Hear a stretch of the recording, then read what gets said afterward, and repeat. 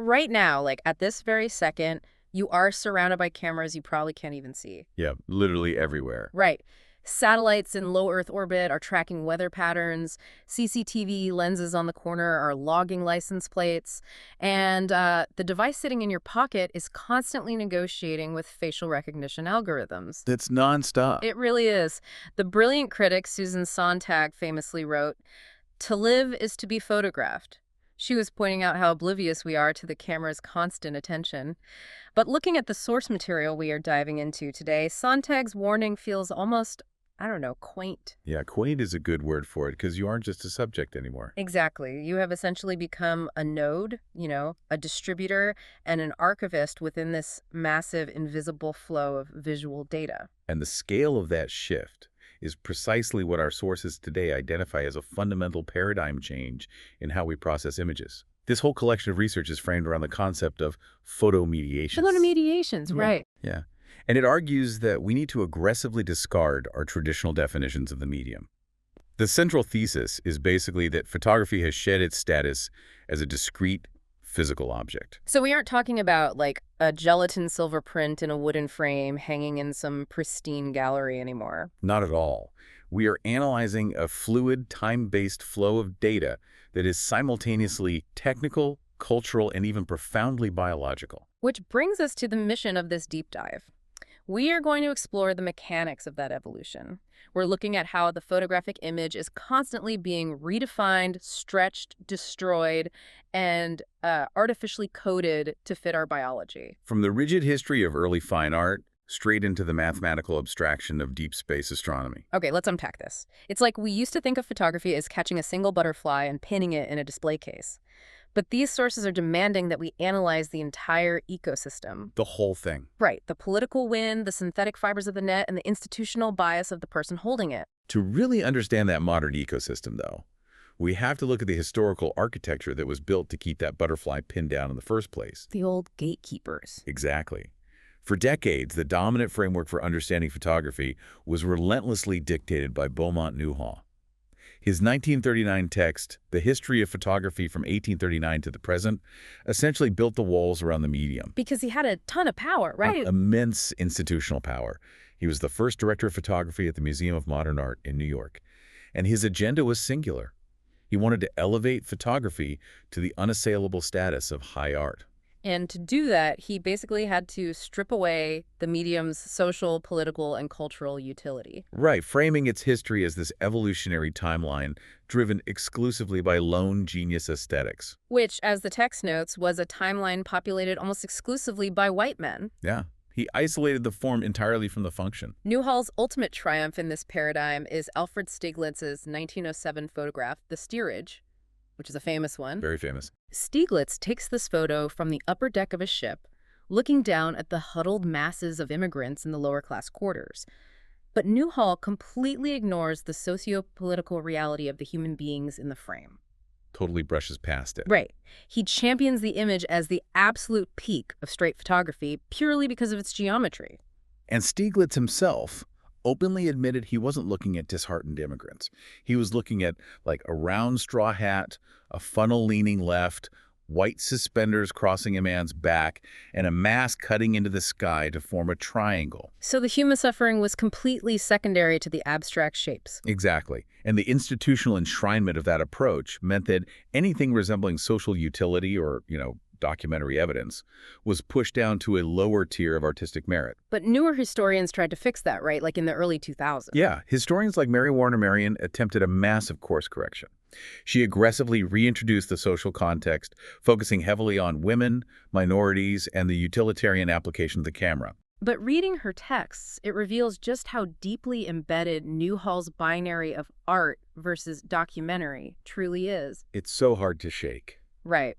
And the struggle to dismantle those categories becomes glaringly obvious when she tries to parse Dorothea Lange's Depression-era photograph, migrant mother. Well, that's such a perfect example. I gotta say, I really struggle with Marion's inclusion of feminist critiques here. Like the historian John Poltz arguing that Migrant Mother purposefully mimics Renaissance paintings of the Madonna and Child, and in doing so, objectifies the female body for a viewing audience. That's a strong claim. It feels like intense academic overreach to me. I mean, wait, isn't Migrant Mother universally accepted as documentary truth? Isn't it far more likely Lange just recognized a visually powerful, universally resonant composition that would effectively trigger empathy without it being a deeply manipulative tool of objectification? What's fascinating here is that the friction between those interpretations is the entire point Marion is trying to make.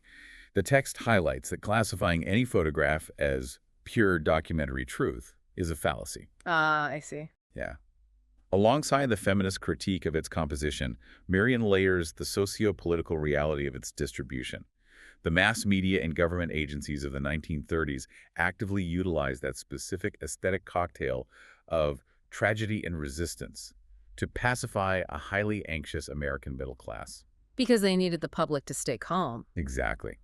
The government needed the impoverished to appear sympathetic, stoic, and persevering, not angry, radicalized, or revolutionary.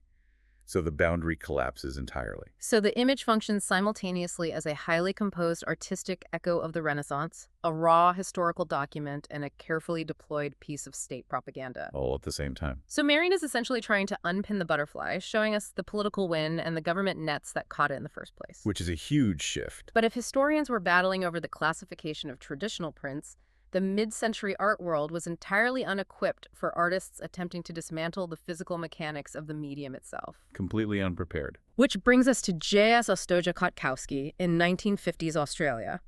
This guy is a Polish-born artist trained in traditional painting, working in the outback, and he becomes obsessed with the intense, iridescent radiation of the central Australian sun. The light out there is just totally different. Yeah, and he realizes that traditional pigment on a canvas is fundamentally dead.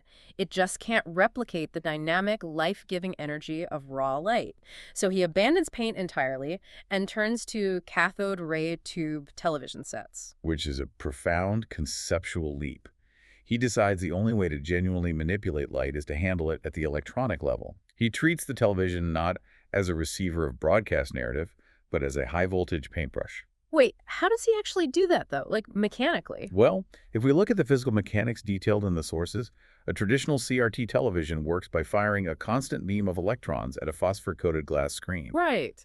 Ostoja-Kotkowski collaborates with electronics engineers to physically sever the normal synchronizing circuit of the cathode ray gun. He just breaks the TV. Basically, yeah. And then he introduces DC and AC electromagnets around the tube. By altering the magnetic field, he is manually bending the raw electron beam before it ever hits the glass. Oh, wow. So he's literally sculpting raw electricity. Exactly, sculpting it into swirling, abstract folds of light, which he then photographs and prints in black and white. He called them electronic paintings. That's incredible. But the 1964 exhibition of these pieces at the Argus Gallery in Melbourne triggered a brutal critical backlash, right? Oh, it was harsh. Renowned critics like Bernard Smith dismissed them as impersonal and clinical. And Alan McCulloch claimed they looked tooled by machinery instead of being shaped by fallible human muscle. They were just horrified by the absence of the human hand. Adrian Rollins went as far as to say they couldn't legally be classified as photographs because they weren't pictures of anything existing in physical reality. They broke the cardinal rule that a photograph must represent an object in the world. Which is such a rigid way to view art. Here's where it gets really interesting.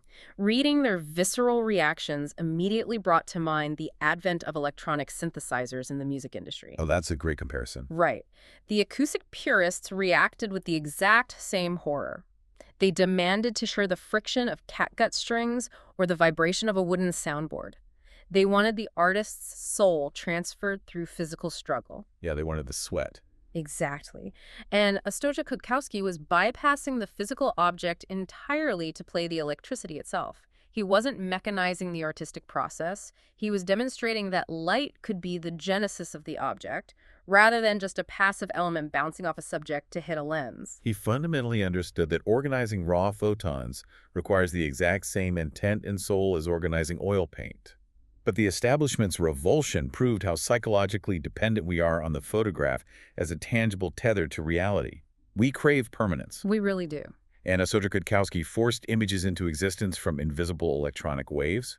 But the conceptual counterweight to that innovation is the deliberate erasure of the image. Right. If one artist builds the medium out of pure energy, another dismantles it by turning the physical archive into ash. Exactly. Enter Hollis Frampton and his 1971 structural film, Nostalgia. Frampton takes that desperate human craving for photographic permanence and weaponizes it. The physical setup of the film is ruthlessly rigid. He places 13 still photographs, one by one, onto the glowing coils of an electric hot plate. Just a standard hot plate. Yeah. The camera holds a static shot as the paper slowly curls, blisters, turns black, and disintegrates into ash. It's mesmerizing, but also hard to watch. But the physical destruction is only half the experience. Frampton overlays the visual destruction with a deeply disorienting asynchronous audio track. The voiceover read by the artist Michael Snow describes a photograph in meticulous detail. Right. But the viewer is currently watching a completely different photograph burn. The cognitive dissonance that creates is incredibly demanding. You are listening to a complex description, attempting to construct that image in your short-term memory, while your visual cortex is locked onto the real-time destruction of the previous image. It's like your brain is splitting in two. Yeah. The sound is permanently severed from the visual, operating one step ahead in the timeline. You don't see the photograph being described until the next segment, by which time the narration has already moved on to the subsequent image. It completely annihilates the passive viewing experience, forcing the audience into a state of active, uncomfortable tension. Totally. But why burn them? Like, setting your own archive on a hot plate could easily veer into a melodramatic avant-garde stunt. Is there a real reason to do this? This raises an important question regarding permanence and human distraction. The text anchors Frampton's motivation in the philosopher Pascal's concept of divertissement. Divertissement, okay. Yeah, it's the idea that humans constantly invent turmoil, entertainment, and busy work to avoid confronting the reality of their own mortality. Wow, that's heavy. It is. Frampton is burning images of lost moments, estranged friends, and past environments. He is forcing himself and the viewer to confront the painful reality of how we let our actual lives slip away while we are busy looking through a viewfinder. And there's also the burden of the negative itself, right? Yes, the intense psychological burden of the incriminating negative. As an artist, your archive is full of failures, pretentious missteps, and bad art that actively haunts you. The negative is seemingly indestructible, a permanent record of artistic fraudulence. So the hot plate is a necessary ritual of purification, an attempt to permanently execute the past. But the brilliance of the film, as the sources emphasize, is that Frampton refuses to let the viewer wallow entirely in that existential dread. He heavily layers the project with absurdity. Oh yeah, he's definitely messing with the audience. He isn't just burning solemn portraits. In one segment, he sets his camera above a darkroom tray and dumps out a can of Franco-American spaghetti. Which is just ridiculous. Right. He photographs two adjacent toilet cubicles and conceptually labels it an imitation of a Renaissance crucifixion. He elevates a raised toilet bowl to a portrait of St. Mary Magdalene. The meaning of the film survives in the volatile tension between profound seriousness and adolescent flippancy. If the project lacked humor, it would collapse under the weight of its own pious self-righteousness. The tension is the engine of the film, and Frampton pushes that tension to its absolute breaking point in the final sequence. The 13th photograph. Yes. The asynchronous voiceover meticulously describes the 13th photograph, a complex, dizzying reflection caught inside the rearview mirror of a truck.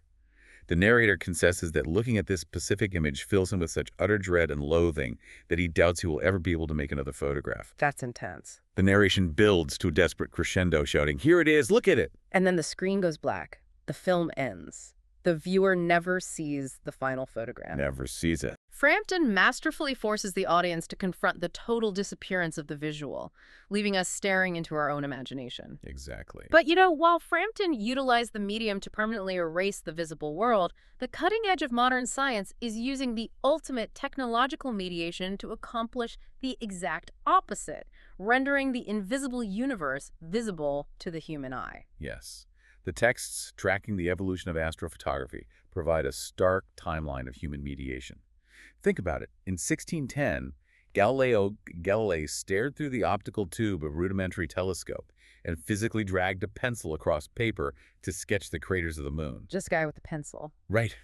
But today, the data captured by orbital observatories like the Chandra X-ray Observatory does not resemble a picture at any stage of its initial capture. It's just a relentless stream of digital event tables. Exactly. The satellite sensors record the exposure of its electronics to photon strikes, beaming down ones and zeros that log the precise position, time, and energy level of every single cosmic impact. Because the fundamental problem is that telescopes today operate across the entire electromagnetic spectrum. They're capturing radio waves, infrared, ultraviolet, X-rays, and gamma rays. Stuff we literally cannot see. Right. Human biology is incredibly limited. Our eyes only contain receptor cones for a tiny fraction of that spectrum. The vast majority of the universe's visual data is entirely invisible to our organic hardware. And because that digital data originates as variations in energy intensity with no inherent optical color, scientists must intervene to translate the data into a format the human brain can process. They have to map artificial colors onto the event tables. Yeah, and this practice has generated intense public friction regarding the term false color. The public assumes false color equates to deception, that NASA is arbitrarily photoshopping the cosmos for aesthetic marketing. Right, like they're just making it look pretty for Instagram. Exactly. But the source material dismantles that misconception entirely. False color is not a deception. It is an essential biological translation. We assign data to the red, green, and blue channels simply because those are the only wavelengths our biological hardware can decode. The texts provide incredibly grounded examples of this biological translation, too. When astronomers process the data for Sagittarius A star, the supermassive black hole at the center of our Milky Way, they organize the invisible X-ray emissions using a strict chromatic hierarchy. How so? They assign red to the lowest energy X-rays, green to the medium energy strikes, and blue to the most intense high-energy radiation. Or consider the mapping of the supernova remnant G292. Scientists assign color to the specific elemental signatures found in the expanding gas cloud. They code oxygen as yellow and orange, neon as red, and silicon and sulfur as blue. And the application of those specific colors reveals the underlying physical architecture of the cosmos.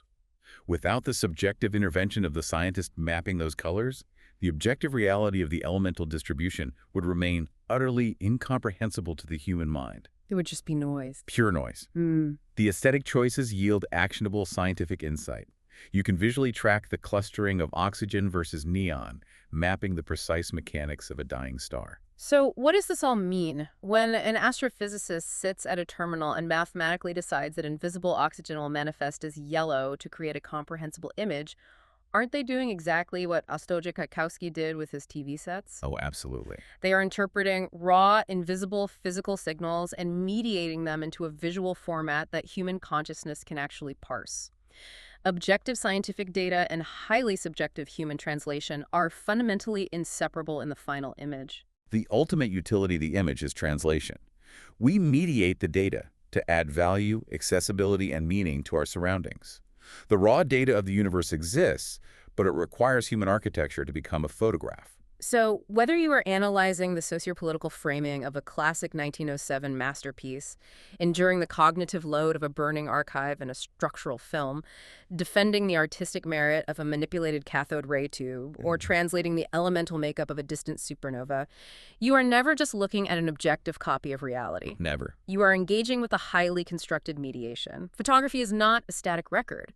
It is a dynamic, continuous process that constantly rewires how we perceive existence. If we connect this to the bigger picture, the source material points toward a rapidly approaching and honestly deeply unsettling frontier, the absolute dominance of non-human photography. If you analyze the visual data flow of our modern world, the overwhelming majority of photographic cuts are no longer initiated by human agency. CCTV algorithms constantly evaluate and record our public spaces, orbital satellites automate the mapping of the globe, and autonomous vehicles continuously render three-dimensional models of our neighborhoods. Machines taking pictures for other machines. Exactly. Yeah. We have spent the last century from the rigid museum architecture of Beaumont Newhall to the existential crises of Hollis Frampton, debating the soul, the intent, and the emotion of the human holding the camera. Yeah.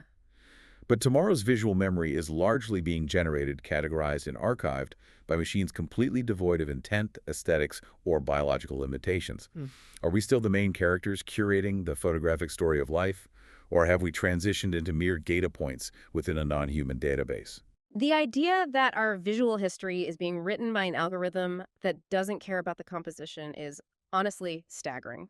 We want to thank you for joining us on this deep dive into the source material. The next time you encounter a photograph, whether it's a highly curated post on your feed or a raw feed from a security camera, we hope you examine the unseen ecosystem surrounding it. You aren't just looking at a picture, you're observing a complex, invisible network of data, biology, and intent. Keep analyzing the frame. See you next time.